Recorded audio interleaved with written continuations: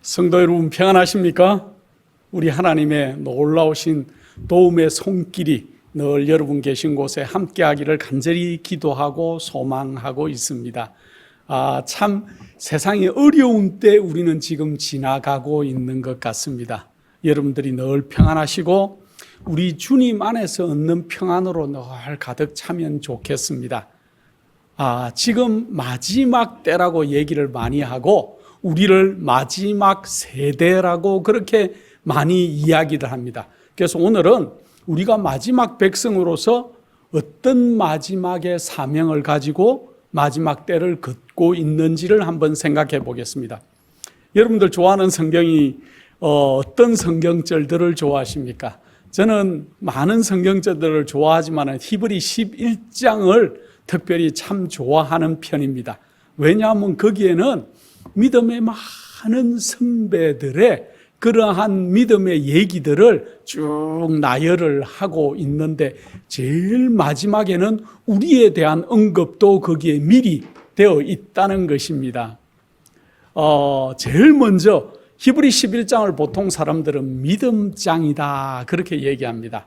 근데 그 믿음장인 11장에 제일 먼저 나오는 사람이 누군지 혹시 아십니까? 사실은 아담이 나와야 되겠죠. 근데 아담이 아니고 아담의 아들, 둘째 아들인 아벨이 제일 먼저 믿음의 사람으로 소개되는데 히브리 11장 4절입니다. 제가 잠깐 읽어보겠습니다. 믿음으로 아벨은 가인보다 더 나은 제사를 하나님께 드림으로 의로운 자라 하시는 증거를 얻었으니 하나님이 그 예물에 대하여 증거하심이라. 저가 죽었으나 그 믿음으로써 오히려 말하느니라 하고 기록하고 있습니다. 우리가 가인과 아벨의 스토리는 너무 잘 알아요. 계시록 2장 10절에는 내가 죽도록 충성하라. 그리하면 내가 생명의 면류관을 내게 주겠다. 그런 말씀이 있습니다. 우리가 이제 지금 각자의 형편은 다르지만 굉장히 고통스럽고 힘든 삶을 살고 계신 분도 계실 것이고 또 어떤 분들은 그리스도 안에서 평안히 길을 가시는 분도 있을지 모르겠고 그러나 누구에게든지 같지 않은 조건이지만 어려움과 또 곤란한 일들이 아주 우리 앞에 상존하고 있다는 것들을 우리가 너무나 잘 알고 있습니다. 그래서 우리가 마지막에 하나님께 내가 죽도록 충성했으니까 이제 너에게 생명의 면류관을 내가 너에게 주겠다 하고 받는 자리에 여러분과 제가 다 그 자리에 있다면 얼마나 행복하겠습니까? 우리의 그 골이라 그러죠. 우리의 목표와 우리가 가야 할 지점이 그 지점이 아닐까 그런 생각을 늘 저는 해보고 있습니다. 히브리 11장에 아벨은 제일 먼저 믿음의 사람이라고 그렇게 소개를 딱 합니다. 아벨은 죽기까지 충성한 그러한 하나님의 사람으로 대표로 제일 먼저 그렇게 딱 이렇게 나오지요. 마지막 환난을 통과할 성도들은 하나님의 계명을 순종하는 자들이고 또 하나님의 뜻과 계명을 순종하기 위해서는 자기의 생명까지도 바치는 자들이 마지막 백성이고 마지막 세대가 될 것이라고 성경은 여러 곳에서 얘기하고 있습니다. 아담과 하와가 범죄하고 난 다음에 굉장히 힘들었을 것입니다. 그들이 후회스럽고 내가 왜 그 사단의 꼬임에 넘어가서 하나님께 반역하는 그러한 죄를 범하였던가. 그들에게 시험했던 그 시험은 다른 시험이 아니었어요. 너희들이 나를 순종하냐 순종하지 않느냐. 그것도 쉬운 순종이었을 것 같아요. 에덴 동산에 과일이 몇 종류나 있었을까요? 이로 셀 수가 없죠. 여러분이 아는 과일은 종류가 몇 종이나 됩니까? 저는 예전에 한국에서 살았을 때는 배, 사과, 수박, 딸기, 포도, 이렇게 참외, 여러 그런 과일들만 알았습니다. 그런데 제가 열대 지방에 한번 가보니까 거기는 우리가 아주 생소했던 두리안도 있고 망고도 있고 빠빠야도 있고 잭프루트도 있고 별의 별 용과 별의 별 과일들이 많이 있었어요. 또 제가 미국을 와보니까 미국에는 또 더 많아요. 전 세계에 있는 과일들이 다 들어와 가지고 과일의 잔치. 그래서 우리가 아는 과일들도 여러 종류지만은 하늘에는 얼마나 많았겠습니까? 그런데 단 하나, 하나님께서 선악을 알게 하는 나무 하나만, 우리가 주로 선악과라고 하지만은 그 나무 하나의 열매를 하나님은 먹지 말라고 하신 거지요. 순종 하나 아냐냐. 그 과일이 그렇게 맛있었겠습니까? 모르겠습니다만은 어쨌든 그 시험에서 그들이 탈락하고 난 다음에 얼마나 뼈저린 후회와 두려움이 몰려왔겠습니까? 그들이 의의 옷을 입고 아름답게 거닐고 있었지만은 이제는 그들이 발가벗은 것을 알았어요. 그래서 뭘로 가렸습니까? 무화과 잎으로 가렸어요, 처음에는. 그러다가 하나님이 이제 양을 잡아서 양의 옷을 입혀주고, 그러나 그들이 옷을 입기 위해서는 그 죄짓지 않은 양이 어떻게 됐어요? 죽는 모습을 그들이 봤다는 거예요. 그러나 그것이 상징하는 그 놀라운 일들을 그들이 깨닫고 난 다음에 에덴 동산에서 살지 못하고 나오게 될 때 두려움과 뼈저린 후회와 회한과 내가 왜 그랬던가? 이제 나는 어떻게 다시 하나님 앞에 설 것이고 내가 어떻게 에덴 동산으로 돌아갈 것인가? 그러나 은혜로우셨던 하나님께서 그들에게 구속의 경륜을 얘기해 주셨어요. 너희가 앞으로 이제 아이들을 낳을 것인데 그 아이 중에서 누가 날 것이다? 메시아가 태어날 것이다.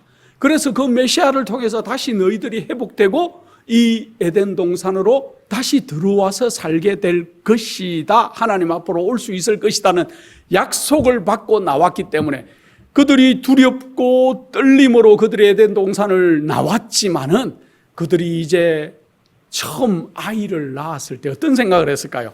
하나님께서 약속해 주신 그 약속의 아들이 이 아이가 아닐까 하고 가인을 낳았을 때 얼마나 감사했겠습니까? 그리고 연이어서 좀 있다가 어떤 학자는 그렇게 얘기하더라고요. 아담이 몇 살 살았는지 아십니까, 여러분들? 930살까지 살았어요. 하와는 915살을 살았어요.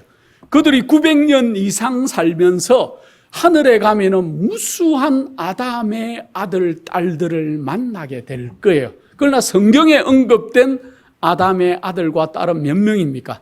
3명밖에 없어요. 가인, 아벨. 아벨이 죽고 난 다음에 셋을 다시 줬는데 비로소 그때 사람들은 하나님의 이름을 불렀더라 그랬어요. 어쨌든 그 외에 수많은 자녀들이 오는데 어떤 학자가 그렇게 얘기하더라고요. 아마 3년에 1명씩 그들이 아이를 낳았으면은 하늘에 가면은 수백 명의 아담과 하와의 자녀들을 우리가 만나게 될 것이다. 아마 저도 그럴 것 같습니다. 요즘처럼 60이나 70대면은 이제 아이를 낳을 수 없는 몸이 되는 것이 아니고 그들은 900년 이상 살았지만은 건강한 몸으로, 청년 같은 몸으로 살았을 것이기 때문에 그때는 홍수 전이었고. 자, 그런데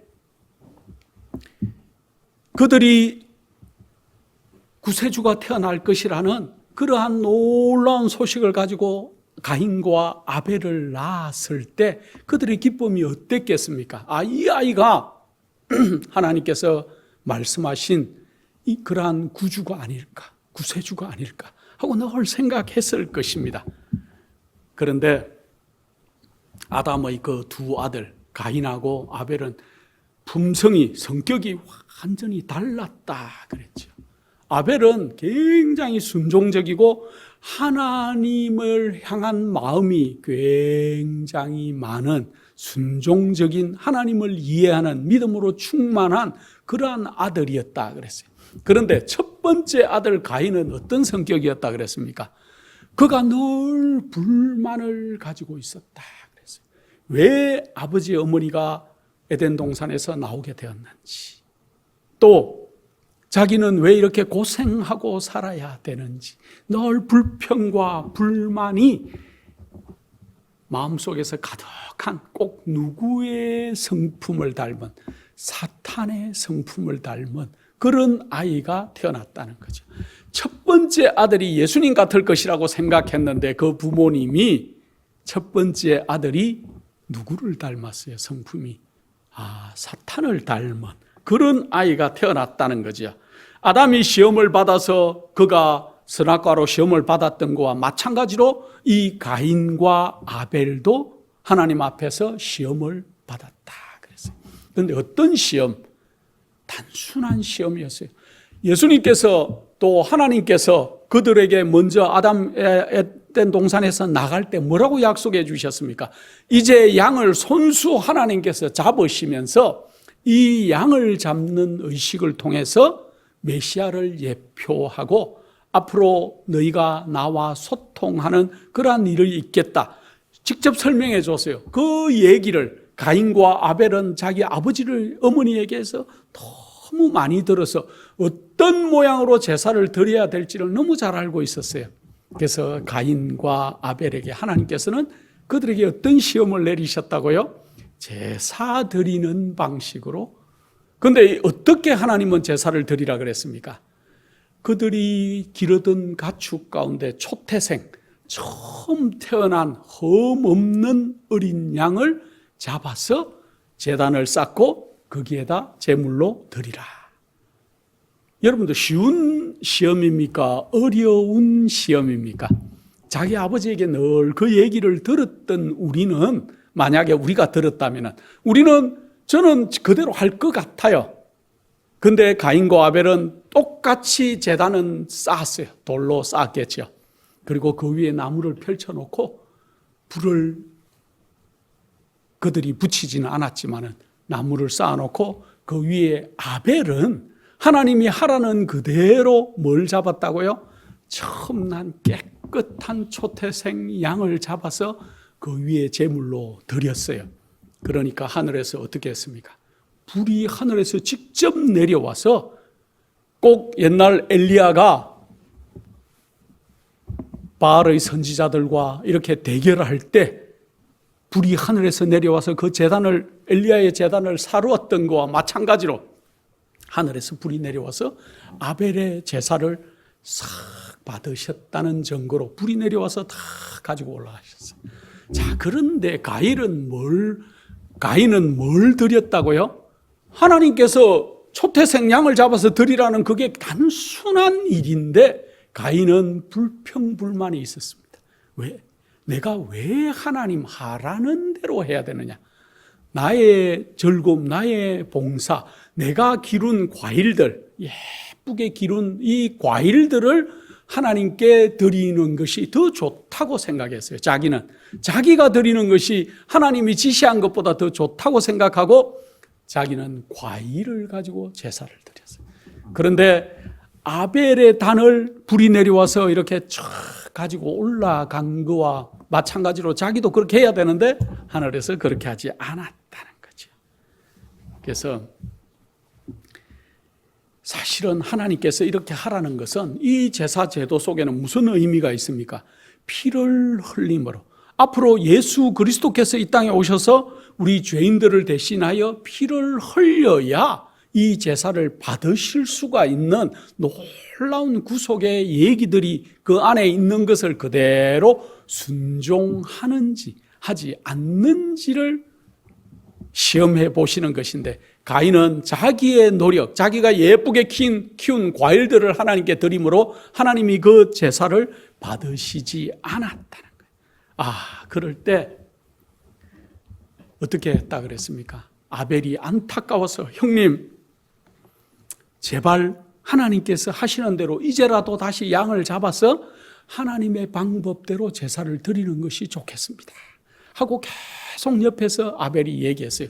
그런데 가인은 늘 이렇게 자기 동생이 자기 말을 잘 듣다가 지금 이제 와서는 하나님의 방법대로 하라고 자기를 자꾸 이렇게 얘기하는 것이 너무나 못마땅했다 그랬습니다. 그래서 어떻게 했다고요?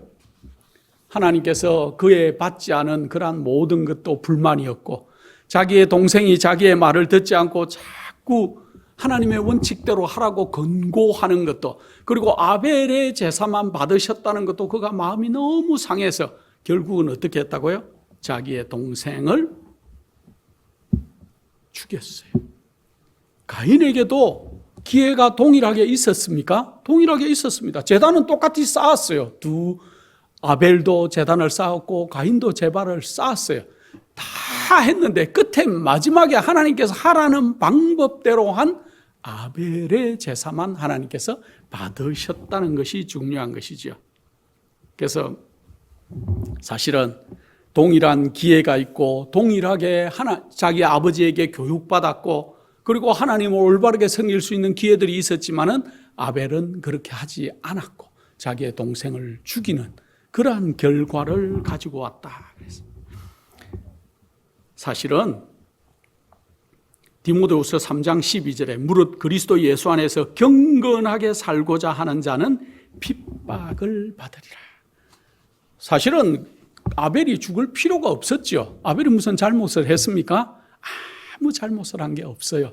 단지 하나님의 방법대로 했고 그리고 가인에게 하나님의 방법대로 하라고 이렇게 얘기한 그 모든 것들이 가인의 입장에서는 그것이 굉장히 못마땅해서 결국은 자기의 동생을 죽였다는 거예요. 그래서 요한일서 3장 12절에 보면 자기의 행위는 악하고 그의 아우의 행위는 의로웠기 때문에 그런 일이 있었다 그랬어요.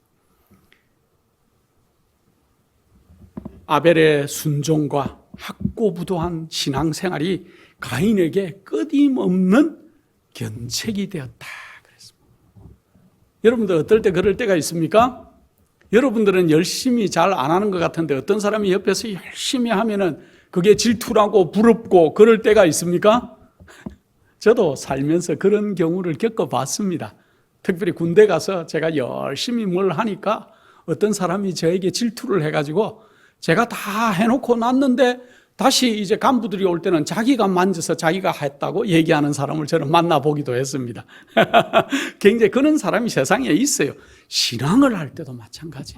그런 사람이 있습니다. 그래서 사실은 아벨을 죽인 문제는 앞으로 이제 성경에 나오는 뱀과 여자의 후손 그리고 사단과 그의 부하들이 그리스도의 그 백성들 사이에 있을 그러한 분쟁의 모든 것들을 예표하는 사건이다. 그래서 아벨의 거룩한 생애는 사람이 하나님의 율법을 지킬 수 없다는 그 사단의 고소를 반박하는 행위였다. 이것이 얼마나 중요한 일이었는지 모르겠습니다. 사단이 하늘에서 범죄하고 반역하고 난 다음에 그가 주장한 것이 뭡니까? 하나님의 법은 어렵고 하나님의 법은 우리가 지킬 수가 없습니다 하고 얘기했어요.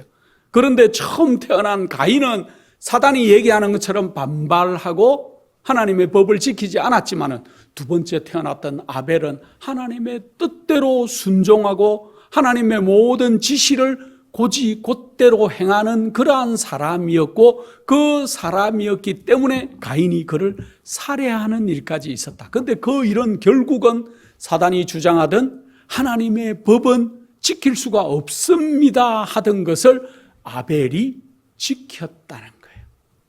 반박하는 일이 되었다. 앞으로 우리가 마지막 세대로서 이 땅에 살아갈 때 하나님의 법을 올바르게 지키면서 살아가는 사람의 모본이 우리가 아벨처럼 살 수 있어야 되겠다 그 말입니다. 그래서 세상에는 계속해서 충돌하죠. 의로운 일과 죄, 그 다음에 또 사랑과 정오심, 그 다음에 참과 거짓, 참복음과 거짓복음, 또 사랑하는 하나님의 성품과 정오하고 남을 미워하고 비방하고 참소하는 성격과 또 의롭게 살려고 하는 그러한 하나님의 백성들과 죄 가운데 버무려져 있는 그러한 사람들과의 충돌이 인류 역사에 계속해서 가인과 아벨 사건처럼 내려오고 있다는 것들을 우리가 잘 알고 있을 것입니다. 그래서 박해의 정신, 여러분들 박해를 받아보셨습니까?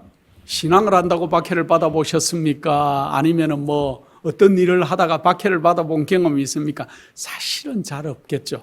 그런데 하나님의 백성들은 늘 박해를 받으면서 살아왔다는 것이 성경의 역사인 것 같습니다. 종교 암흑 시대 1260년간 기간 동안에 어떤 학자들은 5천만 명이 살해됐다고 얘기하고 어떤 학자들은 1억 명의 사람들이 그때 당시에 순교하거나 박해해서 숨졌다고 얘기합니다. 수많은 사람들, 지금도 옛날 카타콜럼에서 또 원형극장에서 사자들에게 찢기고 십자가에 달리고 또 목이 베이고 한 수많은 박해의 역사는 우리 기독교회 안에 너무나 잘 내려오고 있습니다. 그런데 사실은 박해의 정신은 시대에 따라서 조금씩 변하지만은 그 원칙이나 그 아래에 깔린 박해의 정신은 똑같다는 거예요. 질투하는 거죠. 옳은 사람을 질투하고 신앙을 자기보다 잘하는 사람을 질투하고 하나님의 뜻대로 살고자 하는 사람을 이단이라고 비판하고, 예수님도 이단이었습니까? 예수님도 그 당시에는 이단이었어요. 수많은 박해를 받, 자기와 같지 않으면은, 무리에 속하지 않으면은 모든 사람들을 배척하는 정신이 사단의 정신이었고 이제까지 면면이 내려오는 것들이었지요. 그래서 하나님의 뜻에 따라 순종한 아벨은 최초의 순교자가 되었다. 그런데 오늘날 현대의 많은 그리스도인과 신앙을 한다는 많은 사람들이 가인의 제사를 드리고 있는 걸 알고 계십니까? 자기의 옳은 대로. 많은 그리스도인들이 하나님이 제시한 올바른 복음대로 살지를 않아요. 어떻게 살아요? 그러면은 자기의 좋은 대로. 복음을 해석할 때 자기가 할 수 있는 만큼만, 자기가 이해할 수 있는 만큼만 이해하고 복음을 따라간다고 주장하는 사람들이 오늘날 얼마나 많은지 모르겠습니다. 그저 믿기만 하면은 구원을 받을 수 있다고 얘기합니다. 어떤 행동을 하든지, 우리 주님께서 당신들을 미리 예정해 놓으셨습니다. 그래서 아예 구원받을 사람들은 어떤 행동을 하든지 구원을 받을 수밖에 없습니다. 또 우리 교회에 참석한 여러분들은 이제 은혜를 받으셨습니까? 그래서 목회자들이 그러죠. 구원받았습니까? 그러면 아멘 하고 구원받았습니다. 그런데 수많은 재림교인들은 구원받았습니까? 얘기하면은 구원받았습니다 하고 선뜻 대답하는 사람들이 굉장히 적어요. 왜 그런지 아십니까? 그들은 다른 사람들보다 많이 알기 때문에 구원의 프로세스를 더 많이 이해하고 내가 어떤 일을 해야 구원을 받을 수 있다는 그러한 그 사용 설명서를 더 많이 읽었다는 거죠. 인간의 유전과 뜻을 따라서 인간의 마음에 맞도록 복음이 계속 개조가 되어요. 그래서 어떤 목회자는 그렇게 설명하더라고요. 예전에는 이게 맞았습니다. 그런데 지금 언제 이 복음이 바뀌었습니다 하고 설명하는 것들을 제가 들었습니다. 그게 옳은 일일까요? 복음이 시대에 따라서 바뀝니까? 하나님의 구원의 방법이 1980년대는 옳았고 1990년대는 달라졌고 2000년도에는 또 달라지고 그게 올바른 복음일까요? 그렇지 않다는 것이죠. 그래서 현대의 많은 그리스도인들은 자신이 쉬운 대로 신앙을 할 때 자신이 남들에게 보기에 거룩해 보이는 정도까지만 신앙을 하는 것 같아요. 그래서 많은 방법들이 가인이 드렸던 제사처럼 자기의 공로를 좀 하나님의 방법에 보태서 과일만 드리는 거죠. 오늘날 여러분은 어떤 복음을 가지고 계시고 어떤 믿음을 가지고 어떤 제사를 드리고 있는 것 같습니까? 하나님이 하라는 대로 여러분들이 신앙을 하고 계십니까? 아니면은 여러분의 편리한 대로. 예전에는 화요일 저녁에도 예배를 드렸어요. 그게 룰이라는 건 아닙니다. 예전에는 그랬다는 거예요. 안식일 환영 예배도 가서 다 드렸습니다. 그리고 안식일 예배도 드렸습니다. 안식일 끝날 때 환송 예배도 드렸습니다. 그런데 점점 세상이 달라져서 많은 교회들이 화요일 예배가 없어지고 또 제가 미국에 왔더니만 금요일 예배도 거의 없어지고 예배들이 없어지고 또 구역 예배도 사라지고 예배 물론 그것이 성경에 나와 있는 예배의 방법은 아니기는 합니다만 우리가 모이기를 힘써야 되는데 그런 것들이 점점 사라져가는 것들을 볼 수가 있습니다. 그런데 많은 사람들이 신앙을 그렇게 점점 우리의 편리한 대로 어떤 예배 시간은 어떤 데는 9시 30분에 시작하다가 어떤 데는 편리하다고 10시에 시작하고 어떤 교회는 10시에 설교 예배 사람들이 많이 와야 되니까 설교 예배 시간에 10시에 설교를 먼저 하고 설교 끝나고 성경 공부를 하고 뭐 다 편리에 따라서 바꿉니다. 물론 그게 잘못되었다는 것은 아닙니다. 그렇지만은 어쨌든 우리가 계속 우리의 편리한 대로 하나님을 섬기는 방법도 바꾸어 나가는 시대에 우리가 살고 있어요. 사실은 지속적인 성령의 역사로 예수 그리스도께서 마음속에 딱 임재해 계심으로 우리가 죄를 미워하고 승리하는 생활을 해야 되는 것이 우리의 고리예요. 그런데 그렇게 하지 않는다고 은혜로만 구원을 얻을 수 있다고 가르치고 생애가 변화되어야 되고 우리가 거룩하게 살아야 된다는 것들이 사라지고 있어요. 그냥 은혜로 구원받는다. 그래서 우리가 뭐 거룩하게 순종하고 그렇게 하지는 않는 생애를, 그래서 여러분들 거듭남이라는 얘기를 많이 들었습니까? 어떻게 다시 태어났다는 거죠. 그리스도 안에서 거듭났으면은 한번 거듭나면 끝인가요? 내가 언젠가 죄를 한번 회개했어요. 그러면은 구원이 우리 앞에 있을까요? 아닙니다. 우리는 그 거듭남의 상태를, 어제도 거듭난 상태를 유지해야 되고 오늘도 유지해야 되고 내일도 그 상태를 유지해 나가야 되는 것이 굉장히 신앙생활에서 중요한 일이에요. 어제는 내가 하나님을 만난 경험 때문에 술도 끊고 담배도 끊고 그랬는데 어제 거듭났으니까 오늘은 다시 괴로운 일이 있어서 술도 한잔하고 담배도 피고 또 내가 예배 시간에 잠깐 바쁘니까 나가고 뭐 이게 우리의 거듭남을 유지하는 상태일까요? 아닙니다. 그래서 거듭남을 유지하고 계신지 계시지 않는지를 잘 한번 생각해 봐야 됩니다. 그래서 자신의 뜻을 포기하고 하나님께 굴복하는 생애가 되어야 될 것인데 그것이 아니고 자기의 마음에 좋은 대로, 그래서 우리가 생애에 성령을 받았고 성령을 체험했다는 열매들이 없는 거예요. 어떤 사람을 보면은 저 사람은 닮고 싶고 참 순수한 신앙을 하는 것 같다, 그런 사람이 있는 반면에 어떤 사람은 우리가 봐도 알겠어요. 아, 저 신앙은 좀 가짜 같다. 그래서 여러분은 어떤 신앙을 하고 계신지 한번 생각해 봐야 될 것입니다. 순종이 없는 생애는 가인이 드린 불순종의 제사와 같은 것이다. 그래서 우리가 복음을 깨달았고 계명을 알고 있고 하나님의 많은 규례와 율례를 배웠으면 그대로 살아가야 될 것입니다. 그런데 그렇게 하지 않는 생애, 그래서 나의 헌신과 나의 이렇게 노력이 포함되지 않은 그냥 나는 은혜를 받았으니까 은혜로만 구원을 얻습니다 하는 것은 가인의 제사와 마찬가지다. 그런데 많은 사람들이 오늘날 신앙을 하면서 가인이 드렸던 제사처럼 자기 합리화에 내가 이렇게 하면은 나는 신앙이 좋고 잘하는 것 같다.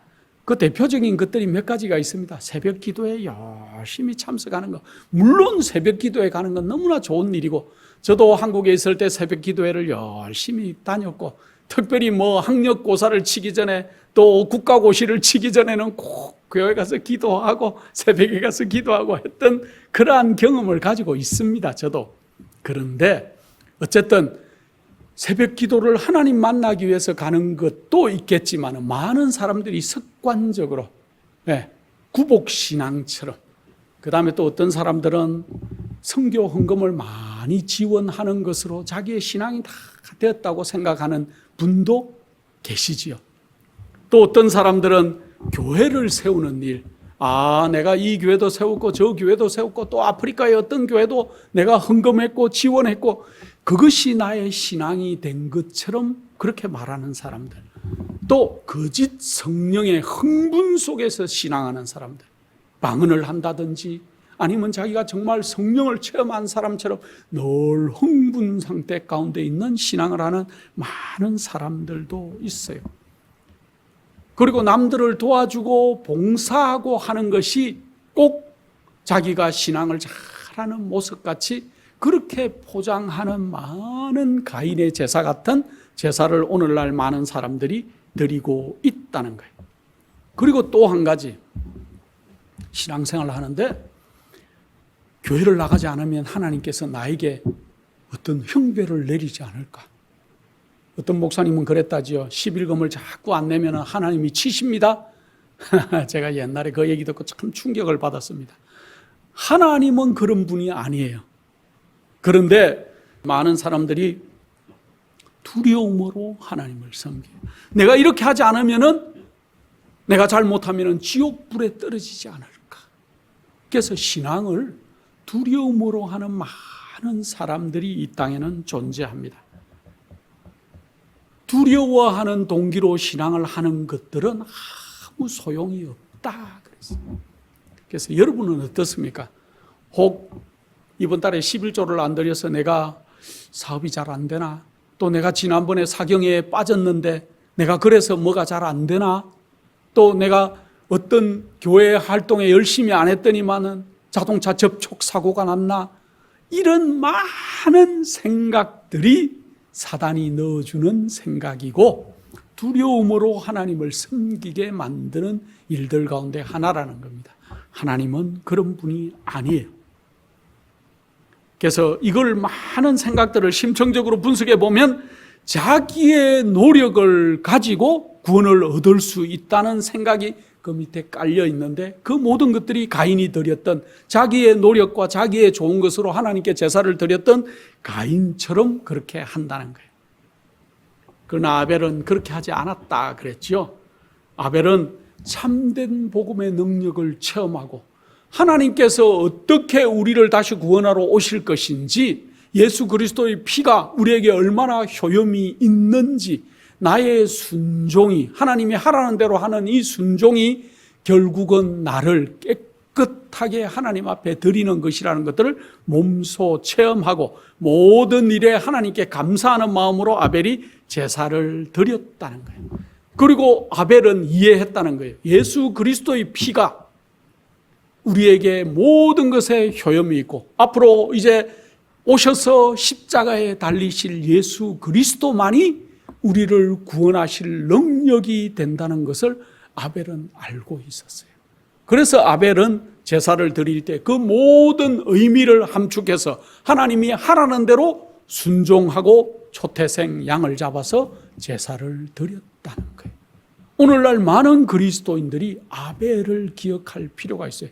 아벨은 단지 제사 드리다가 형에게 맞아서 죽었는 사람이 아니고, 아벨은 우리보다 훨씬 영적인 사람이었고 예수 그리스도를 이해하고 주님의 오심과 구원의 메커니즘을 다 이해했던 놀라운 믿음의, 그래서 바울은 믿음의 조상들을 얘기할 때 제일 먼저 누구를 얘기합니까? 아벨을 소개하고 있어요. 그래서 아벨을 소개하고 그 다음에 아브라함을 소개하고 이삭을 소개하고 요셉을 소개하고 그 다음에 이스라엘 백성들을 소개하고 하고 하다가 라헬을 소개하고, 라헬도 소개하고 난 다음에 그 다음에 내가 소개할 사람이 너무 많다, 있다, 여러 사람들을 다 소개하려면 내가 다 시간이 부족하다. 그러나 이 모든 사람들이 우리의 뭐다? 모본이다 하고 바울은 우리에게 소개하고 있는 것이죠. 그래서 우리의 아벨은 우리가 죄를 승리하고 거듭남을 지속하고 있는 이 상태를 유지하고 있는 것이 우리 구원의 가장 핵심이라는 것을 이해하는 제사를 하나님께 드렸다는 거예요. 그래서 믿음의 족상으로 아벨은 예표가 그렇게 되어 있는데, 마지막 때 하나님의 뜻을 따라서 법과 계명을 순종하는 백성들, 그래서 하나님의 계명을 지키고 예수 믿음을 가진 자라고 계시록 14장 12절에 소개하는 그 사람들이 아벨의 정신을 가지고 이해하고 따라가는 사람들이라는 거지요. 우리가 남은 마지막 무리에 들어가도록 우리가 굉장히 힘써야 될 것인데, 많은 믿음의 사람들이 이제 소개를 굉장히 많이 합니다. 히브리 11장에 믿음의 사람들 소개를 많이 하죠. 그렇게 하고 난 다음에 제일 마지막에 뭐라고 얘기합니까? 일단 여기 믿음에 대해서 얘기할 때 히브리 11장 1절로 3절에 믿음은 바라는 것들의 실상이요 보지 못하는 것들의 증거니 선진들이 이로써 증거를 얻었느니라. 믿음으로 본 모든 세계가 하나님의 말씀으로 지어진 줄을 우리가 아나니 보이는 것은 나타난 것으로 말미암아 된 것이 아니니라 하고 소개하고 있습니다. 그 바이올린을 만드는 어떤 유명한 바이올린을 만드는 사람이 있었다 그럽니다. 좋은 바이올린을 만들려고 외국에서 목재를 수입하기도 하고, 또 좋은 목재가 있다 그러면 찾아가서 목재를 구입해서 바이올린을 계속 만들어 봤는데 참 자기가 원하는 만큼의 좋은 소리를 내지를 못했다 그럽니다. 그가 아주 오랜 기간 고심하다가 어느 날 그 수목 한계선이라고 있죠. 더 이상 높은 산에 나무가 자라지 않을 정도의 거기에 자란 나무, 그 나무는 굉장히 그 비바람을 맞고 또 높은 산에서 내려오는 찬바람과 바람들을 맞아서 뒤틀리고 옹이가 많이 생기고, 그런 나무를 어느 날 발견했다 그럽니다. 그런데 그 나무를 구해 와가지고 바이올린을 만들어 봤더니만 이제까지 어떤 그 나무, 좋은 나무를 외국에서 수입하고 어떤 나무로 만들었던 바이올린보다 좋은 소리를 그렇게 냈다고 하는 그런 얘기를 제가 읽은 적이 있습니다. 어느 시대를 살았던 그리스도인들보다 마지막 시대에 사는 우리 그리스도인들에게 더욱 강한 믿음이 필요한 때 우리는 살고 있습니다. 그래서 히브리 11장에 믿음의 조상이라고 하는 수많은 사람들의 인생을 그렇게 살펴보면은 그들이 정말 하나님께 순종만 하고 거룩하게 살았는 사람들입니까? 아닙니다. 그들도 실패했고 고난에 빠졌고 하나님을 배반했다 돌아온 사람들도 있고 굉장히 어려움을 많이 겪었습니다. 똑같이 믿음의 조상이었던 그들도 우리와 똑같은 인간의 한계성과 연약성을 지녔던 사람들이었고, 실수했고 좌절했고 죄를 지어 쓰러진 경험이 있었던 사람들이었다는 것을 우리가 알 수 있습니다. 그런데 그들은 하나님께로부터 받은 그 훈련들을 묵묵히 견디면서 이긴 사람들이었다. 그래서 그들의 공통점은 그들이 보이는 것뿐만 아니고 보이지 않는 것을 믿음으로 바라보고 붙잡았다 그랬어요. 여러분들, 지금 예수 그리스도께서 재림할 때가 다 됐다고 하는데 여러분은 예수님의 재림이 보이십니까? 우리 눈에는 실제적으로 아직은 보이지 않죠. 그러나 우리가 그것들을 바라보고 붙잡는 옛날 믿음의 선조들이 했던 것과 마찬가지의 신앙을 우리가 지금 가지고 있어야 된다는 거예요. 그들은 보이지 않는 분을 보는 것처럼 살았으며 믿음의 눈으로 그분을 바라보고 사랑하고 신뢰했다 그랬습니다.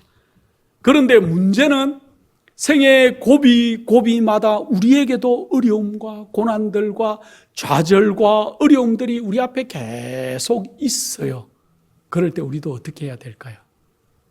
눈을 들어서 주를 바라보고 우리가 우리 주님을 붙잡는 손으로 붙잡아야 돼요. 그런데 히브리서 11장 마지막 절에 놀라운 얘기를 합니다. 이 믿음의 선조들이 다 이렇게 있었지만은 히브리 11장 39절로 40절 마지막 절에 마지막 때 나타날 한 무리가 없으면은 이 모든 일들이 이루어지지 않겠다는 얘기가 나옵니다. 그 얘기가 이렇게 기록합니다. 이 사람들이 다 믿음으로 말미암아 증거를 받았으나 약속을 받지 못하였으니 이는 하나님이 우리를 위하여 더 좋은 것을 예비하셨은즉 우리가 아니면 저희로 온전함을 이루지 못하게 하려 하십니다.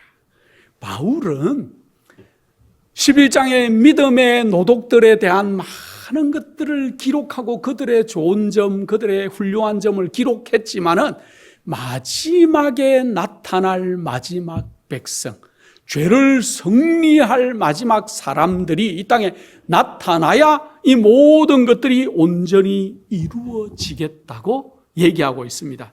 그래서 마지막 세대라고 하는 우리에게는 정말로 놀라운 마지막 사명이 주어져 있습니다.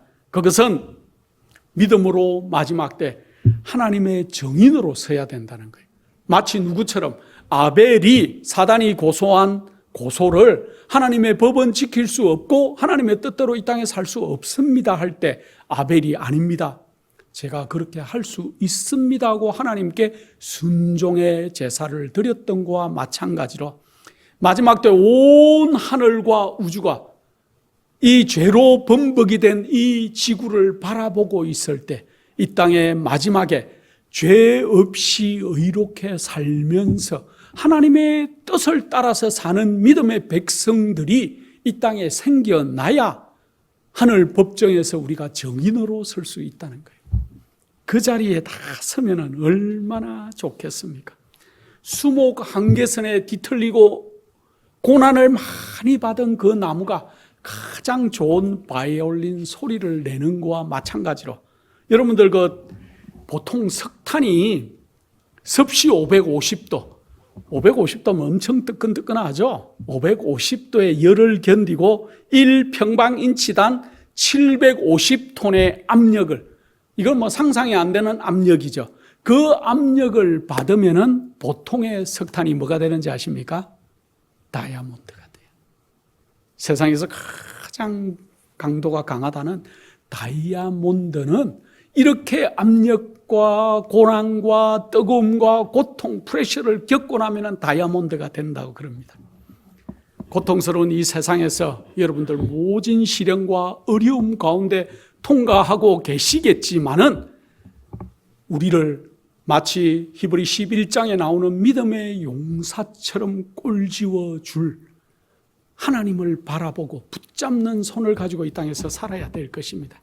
그래서 우리가 마지막에 하나님의 역사를 세상 앞에서 증거하는 믿음의 정인으로 이 땅에 설 때까지 하나님께 아벨이 죽음으로써 하나님께 순종하는 것을 보였던 것과 마찬가지로 우리도 마지막에 죽을 때까지 내 목숨이 다하는 데까지 주님을 따르고 섬기겠습니다 하는 거룩한 정인으로 이 땅에 서시는 여러분과 제가 되기를 간절한 마음으로 축원합니다.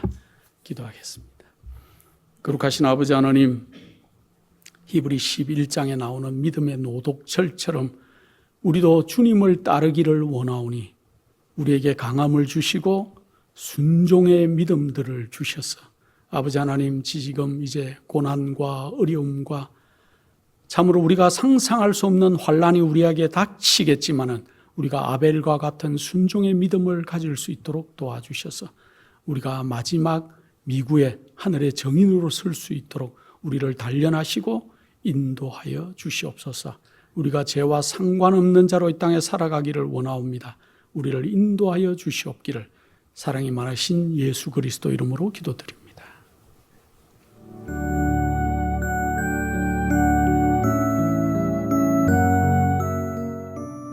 예수님의 재림이 가까워오고 있습니다. 지금은 영원한 하늘을 위해 준비해야 될 때입니다. 머지않아 우리의 재물은 아무 쓸모없는 것이 되고 말 것입니다. 하나님께 은혜를 받으셨다면 받으신 축복을 생애의 빛 복음 사업을 위해서 나누지 않으시렵니까? 헌신하시는 성도님들의 손길에 하나님께서 후히 갚아주실 것입니다.